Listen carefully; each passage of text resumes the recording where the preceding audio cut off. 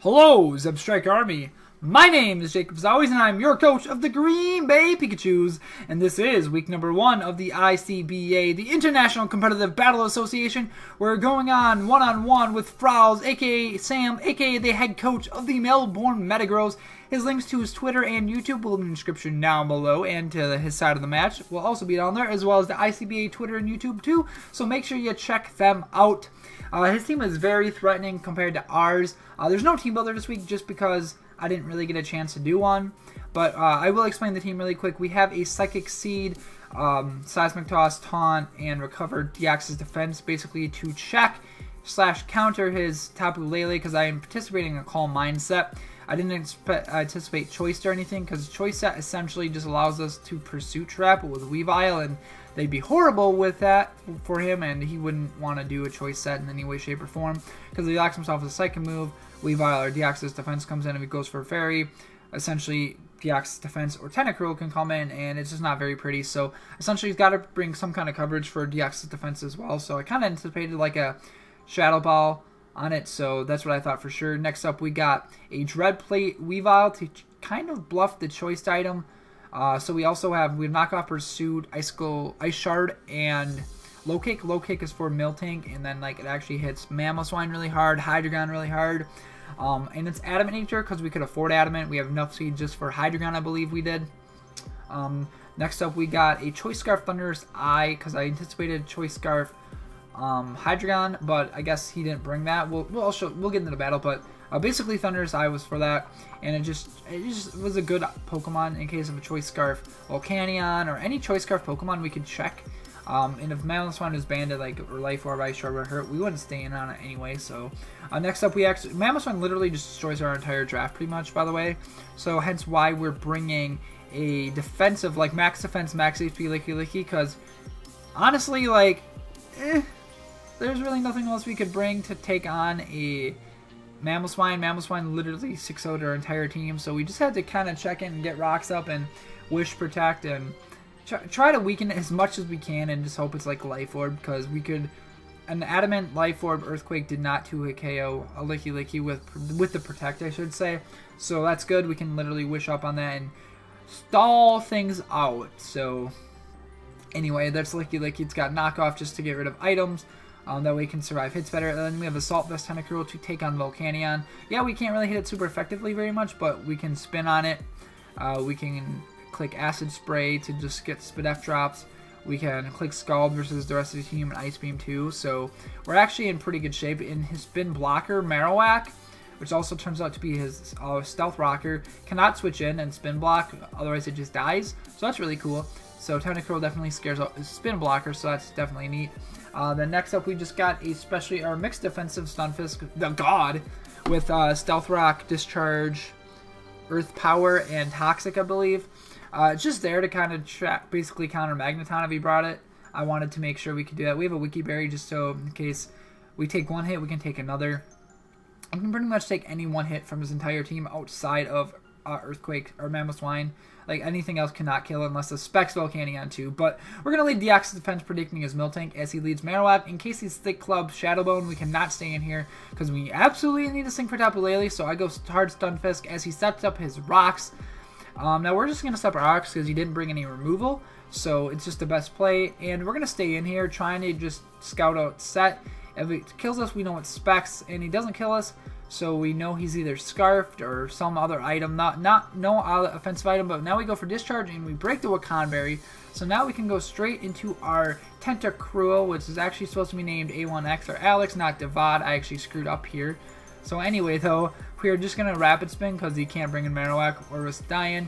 And right here, Acid Spray was not the right play. The right play 100% was to double right into Thundurus and not get Tentacruel so weakened.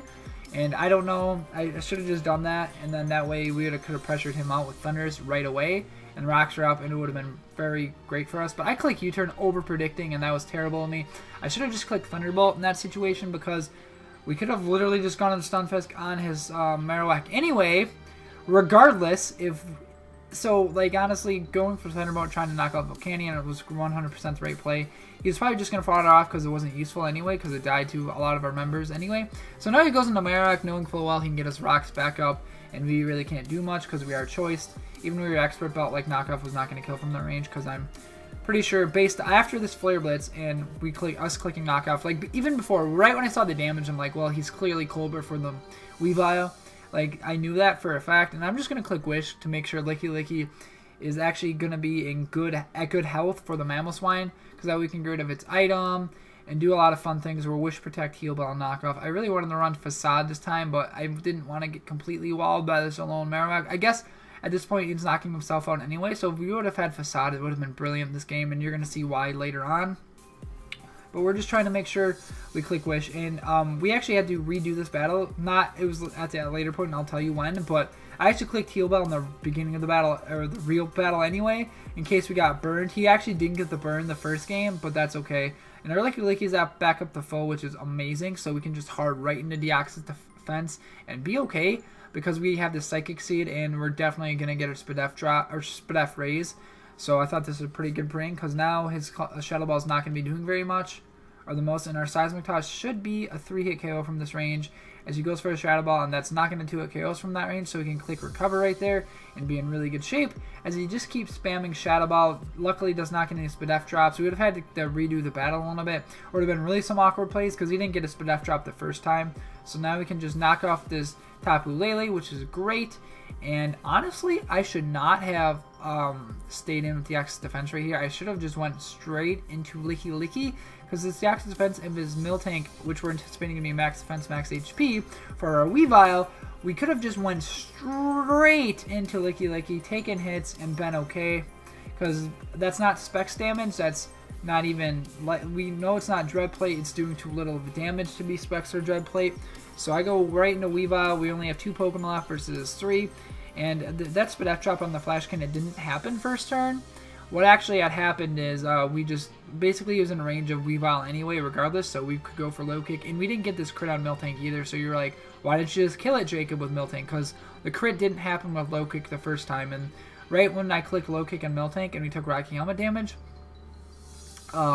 that's basically when it DC'd. So we had to redo the battle, and it was very frustrating for both of us. And his Hydreigon was not in range to die to rocks. But here's where Facade would have came so clutch for this. I think we would have literally just won the game had we had Facade.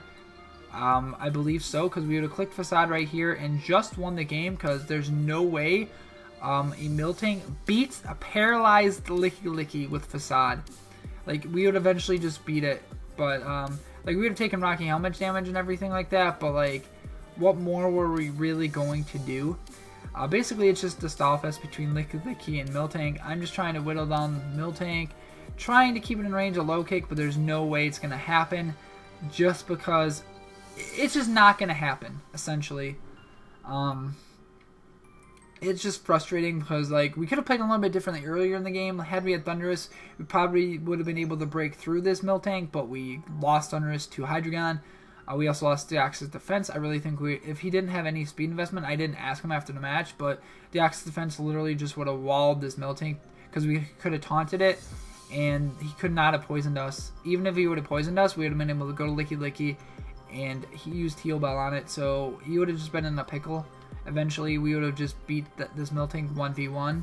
In Deoxys defense, since it was Scarfed Mamoswine, Deoxys defense would have been able to win us the game at that point, and just would have been able to stall out his team. But we misplayed a little bit, and that's on us. Like, there's really nothing. There's not a lot we could have done about it.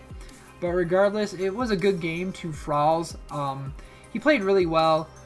He did what he needed to do to win. We could have definitely played a lot better though. But I'm not taking any credit away from Fralls. He did what he needed to do to win, and there's really nothing we could have done at this point to win unless we got a crit Low Kick. And since our Licky's poisoned, since we should not have clicked Heal Ball, we should have just stayed paralyzed, because we wouldn't have been getting lowered with Toxic. And at this point, I'm just literally just gonna, like, there's no way we can win. He'd have to throw the game in order for us to win. And I knocked off Mamoswine's Choice Scarf, which I guess is arguably bad. I could have, like, stalled a little bit, but it just wasn't worth it at that point, because we weren't paralyzed.